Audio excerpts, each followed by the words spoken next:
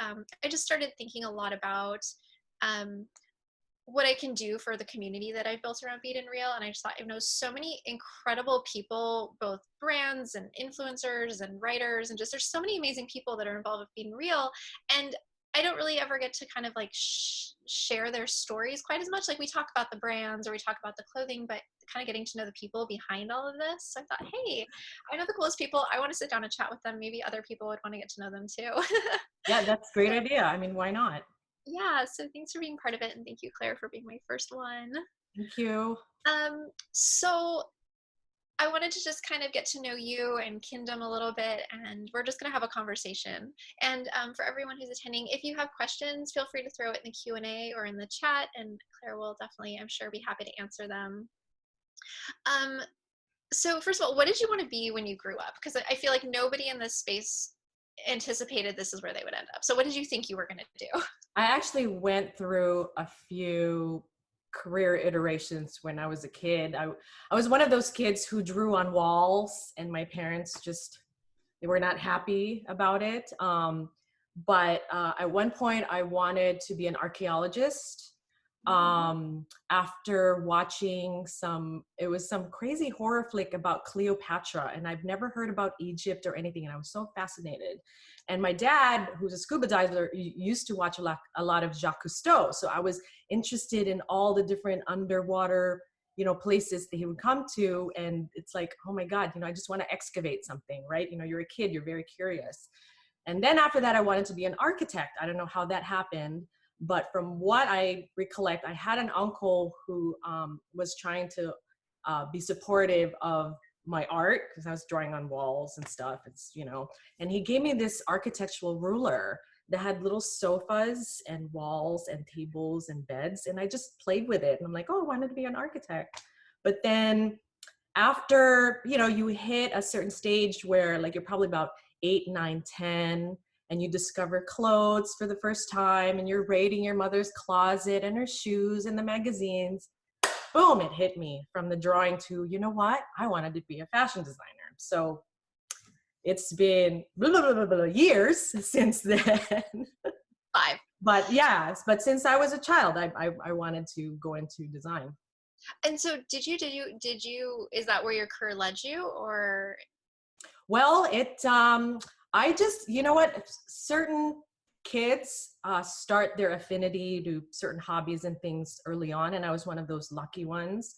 I've had siblings, going to college not knowing what to do, but I feel very blessed that I knew exactly what I wanted to do. I used to rip the heads off of my Barbie dolls and take it to my grandmother's house, and because she used to sew for different shops.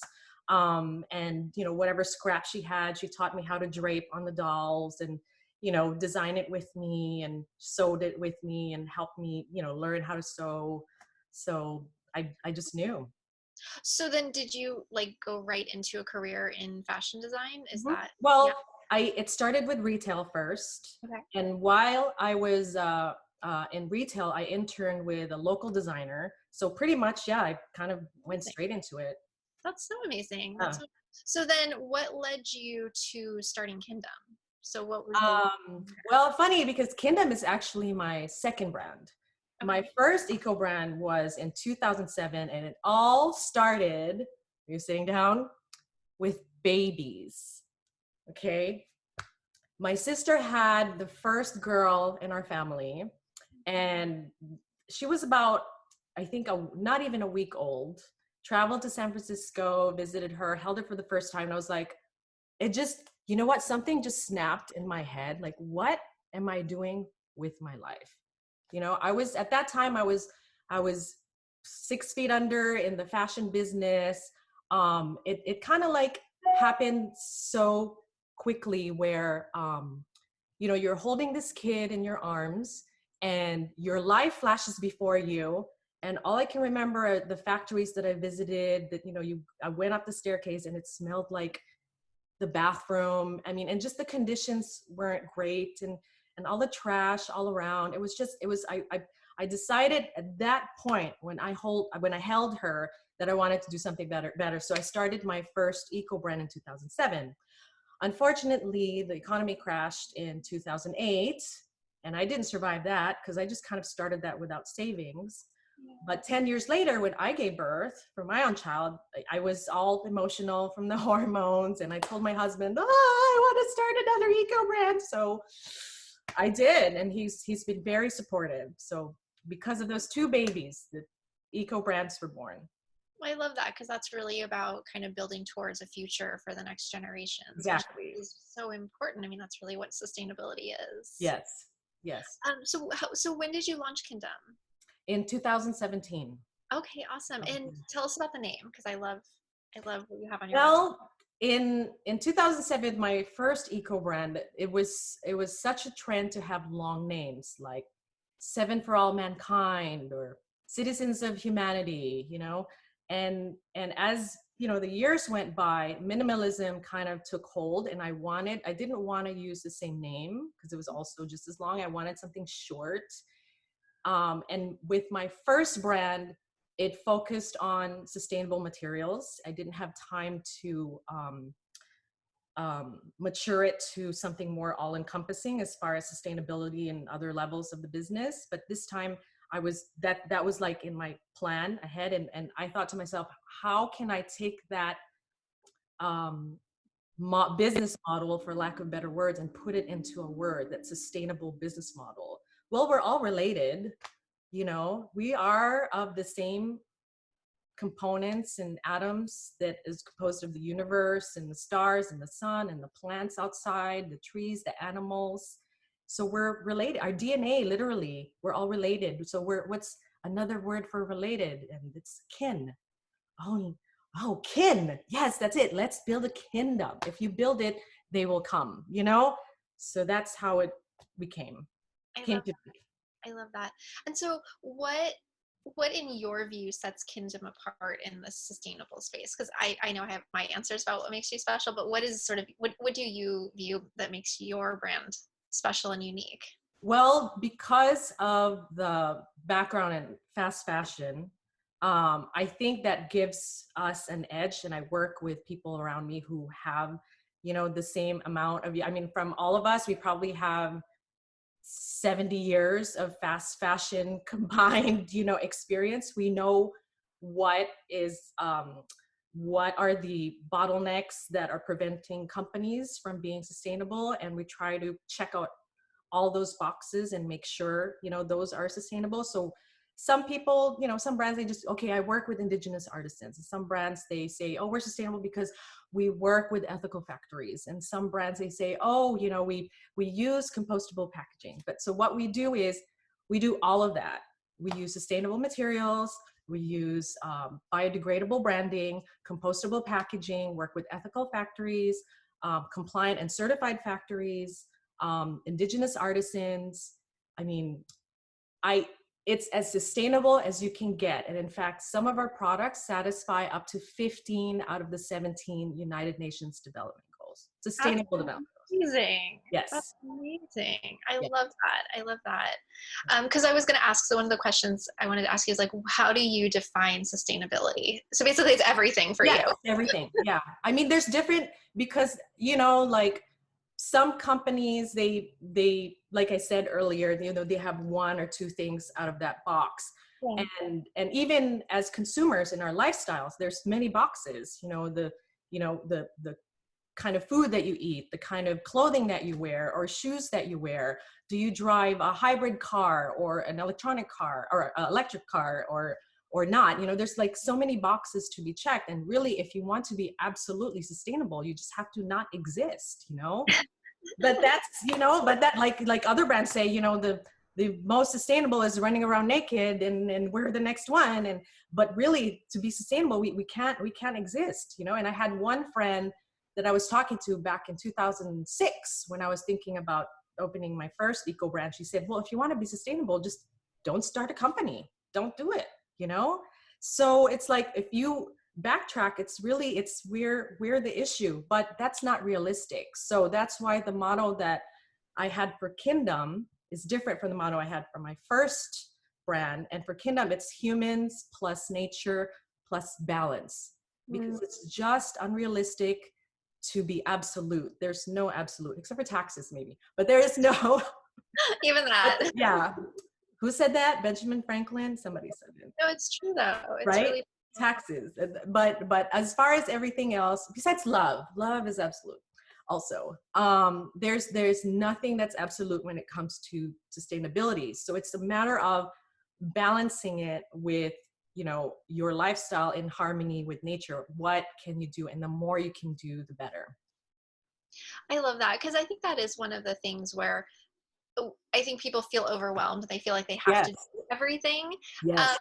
and there's sort of a balance where it's like some brands, maybe they, I mean, especially a lot of fast fashion brands, they'll like they'll be like, well, we're doing this one thing, so we're improving. It's like, well, maybe more than one thing if you're like Yes. a big Yes. company. But Yes. as humans or as like individuals or as small businesses, it's like, well, do as much as you can. None of Yes. us are ever going to be perfect at it. And I think Yes. that's a really important and powerful message. Yes. One of the things you do that I think really sets you apart, and you know so much about this, and I'm like, I can't wait to hear about it, is tell me about this Indigenous advocacy and working, I mean, because you really advocate for Indigenous, getting fair trade, but also getting recognition for their craft, Mhm. because I'm not sure that that always translates even in fair trade fashion. Well, it's funny because, well, it's not funny, but when you put out, where as a business, all the different strategies, sustainable strategies that we take action for KINdom, the one strategy or the one business model that just out of, you know, a cannon out of nowhere that shoots, you know, and checks those boxes, the 15 out of the 17 sustainable development goals, is working with indigenous tribes. You know, yes, you can use, you know, organic cotton and, you know, work with a fair trade or, you know, ethical factory. But for the most part, on the average, you know, a brand can satisfy and fulfill 3, 4, 5, you know, on the average sustainable development goals. But as soon as you work with indigenous cultures, boom, it's like it doubles, triples.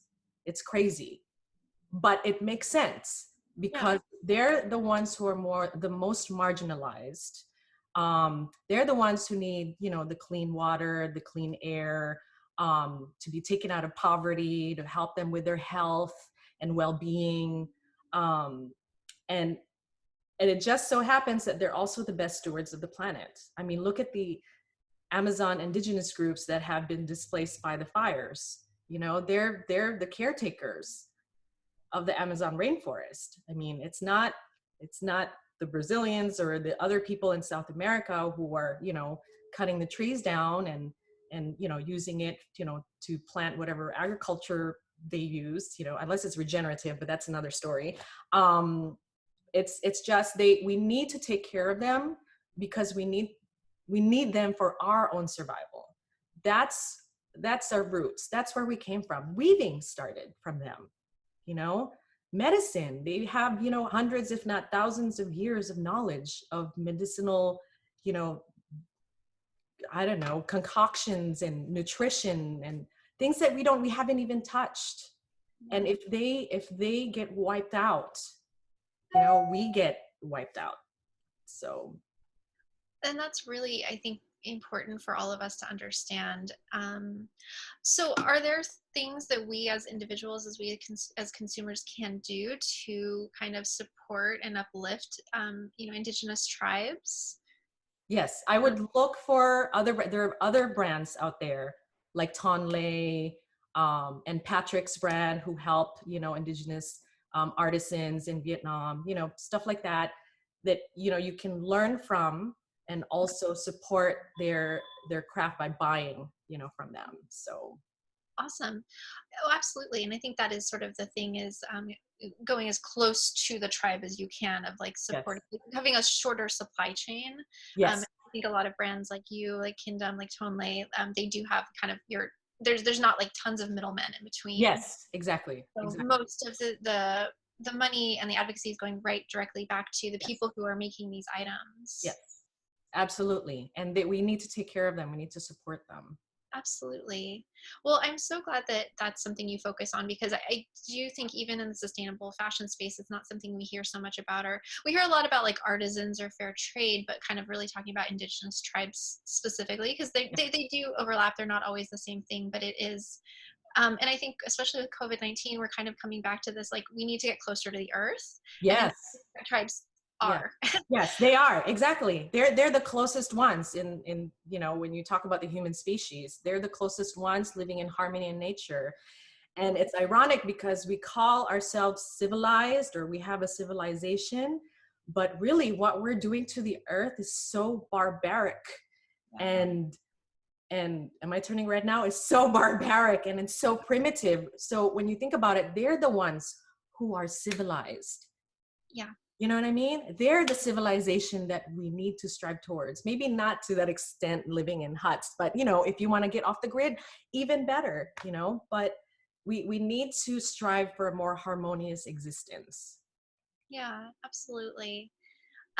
So are when you're working with indigenous tribes, because I know you have some really beautiful patterns and prints, are they inspired by the tribes or how do you incorporate that in? Well, I'm glad you asked that because a lot of them don't speak English. And so I always have sometimes translators, and some of them they do speak English and they needed education, and I'm able to talk to them. So depending who you talk to, a lot of them always ask me, okay, what do you want? What colors? And blah, blah, blah. But I'm like, you know what? I want it to be authentic as possible. You know, I can, if you've designed for the people and the brands I've designed for, you can design anything. I'm like literally just like, they make you do impossible work, and you know what? You just got to do it. I've been trained to do that. Anybody in fast fashion has been trained to do that. So with them, I wanted to be as authentic as possible and as traditional as possible. So I tell them, you know what? Just go with your magic, you know, whatever you feel, whatever design you want, and I'll work with it. Awesome. Don't worry. Don't worry about the colors. If you give me green and yellow in the middle of winter, I'll make it work. You know? Well, it's So, seasonless then, right? yeah, yeah. Anything can happen. Anything can happen.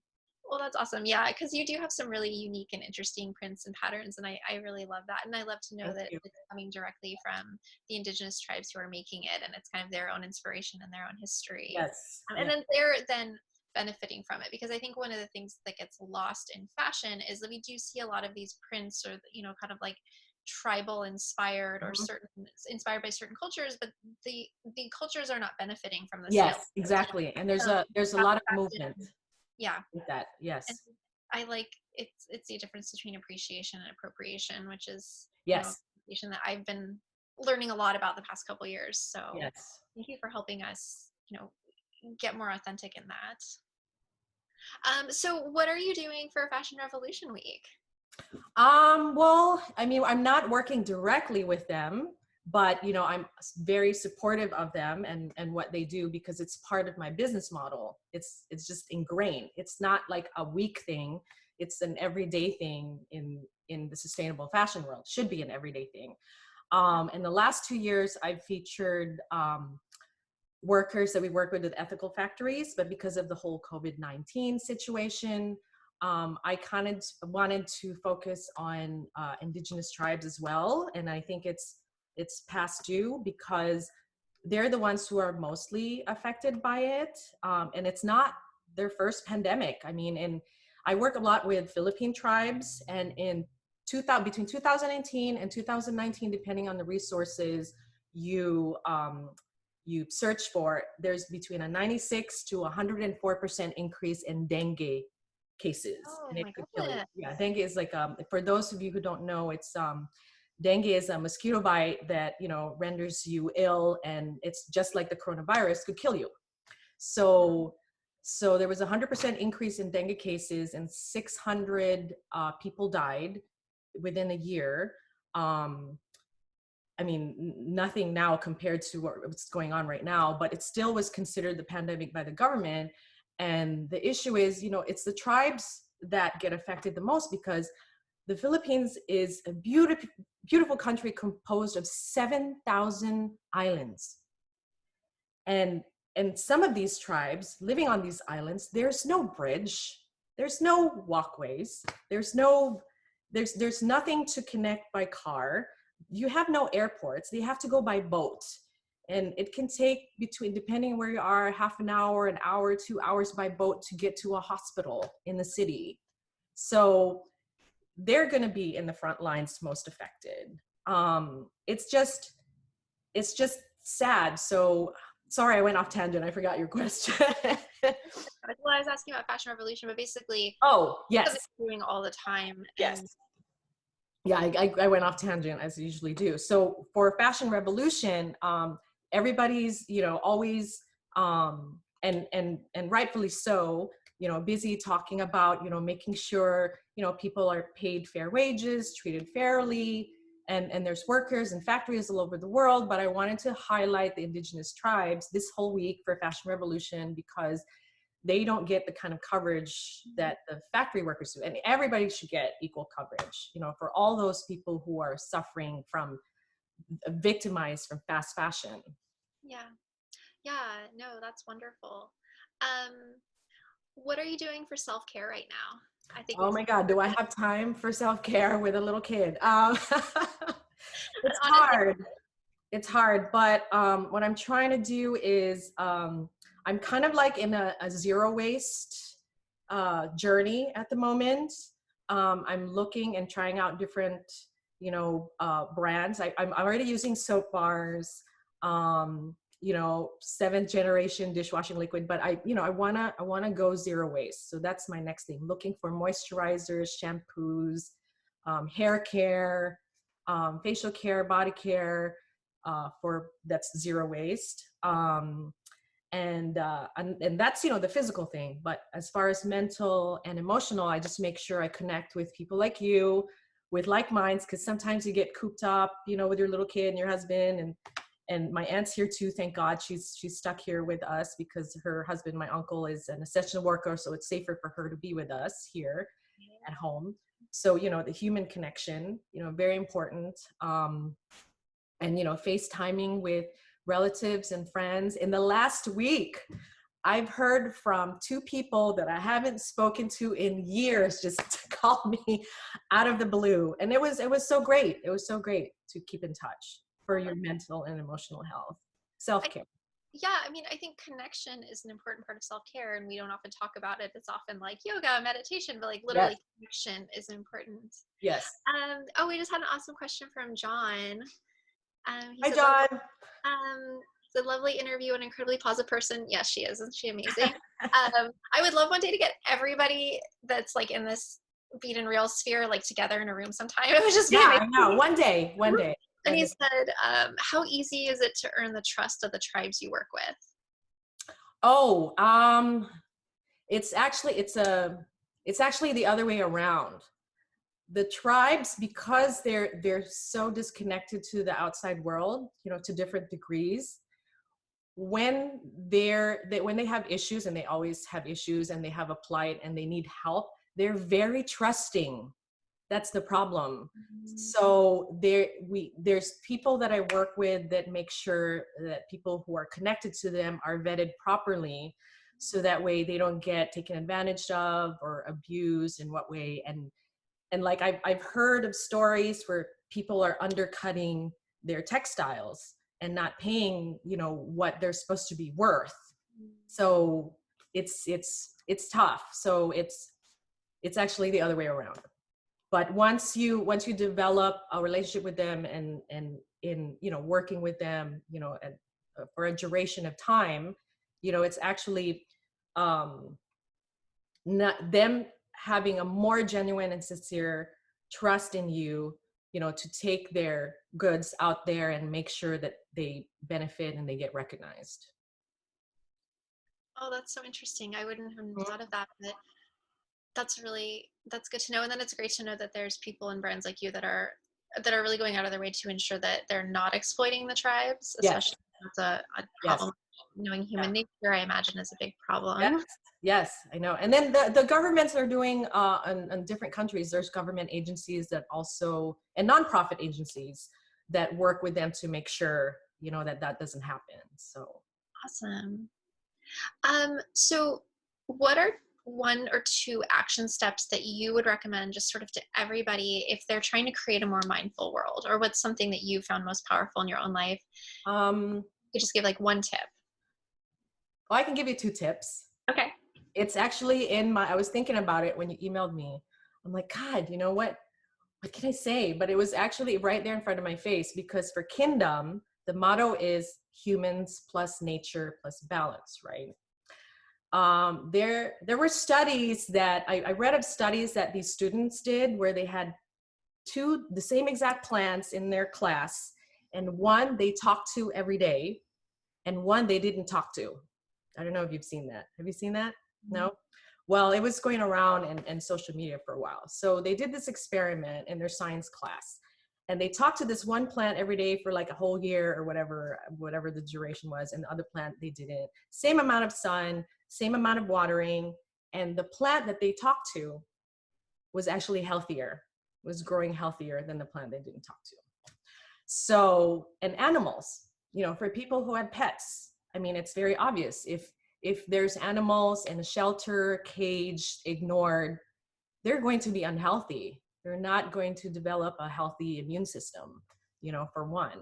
But when you have a pet that's loved and you cared for and you talk to it like it's your child, because I know some people who talk about their pets like it's their child, and as rightfully so, because they're other living things, and we're all connected, we're kin, then those animals are a lot healthier. So one tip is to go out in nature, talk to the plants. If you can't go out because you need to be safe at home, go out to your backyard, plant a tree, plant a bush, plant some tomatoes, talk to it, or if you even have a little potted succulent, talk to it. It's okay.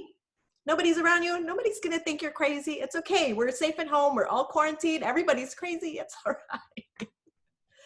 And with your pets too, spend time with them at home, take them out for a walk out in the backyard, play with them, throw a ball with your dog, just to take your mind away from the worries and connect with the planet, that way. The second tip I would say is related to that. There have been studies, multiple studies, that have shown infants and young children develop stronger cognitive abilities when they receive tactile connections, when they were touched, when they were held, as opposed to children and infants that weren't. Many studies out there you can research. And that said, it's the same thing with the plants and the animals. Connect with your child, hold yourself, go on FaceTime and Zoom with a bunch of your relatives all over the world. We just did that for the Disney sing-along, and we had 14 families in my family that connected and with all their kids and whatnot. And it was such a crazy, chaotic, experience, but it was fun. It was so fulfilling seeing everybody, safe at home and having fun. So it's all about the connection. It's all about the KINdom. I love that. That's such an unexpected answer. Not unexpected from you, but I feel like sometimes it's not maybe one I hear often when we're talking about like, what can you do to improve the world? Just connect to nature, Yeah. connect Just to each connect. other. And you know what? It's the tribes have taught me this, and my family have taught me this. And this is from generations and ancestors of, practice that, engage in this. So it's nothing new. But, connecting is very directly related to mindfulness, whether it's for yourself, for nature, or outside. We just have to be more conscious of our KINdom. I love that. That's such a perfect way to end this. Okay. Thank you so much, Sika, for blending your platform and spreading the word. Oh, thank you so much for being a part of this and giving us your time today. This was just so interesting and helpful, and I'm really grateful that I got this time to chat with you. Me too. We'll do it again. Okay, bye, Claire. Thank you. Bye. Bye. Thank you, everybody. Thank you.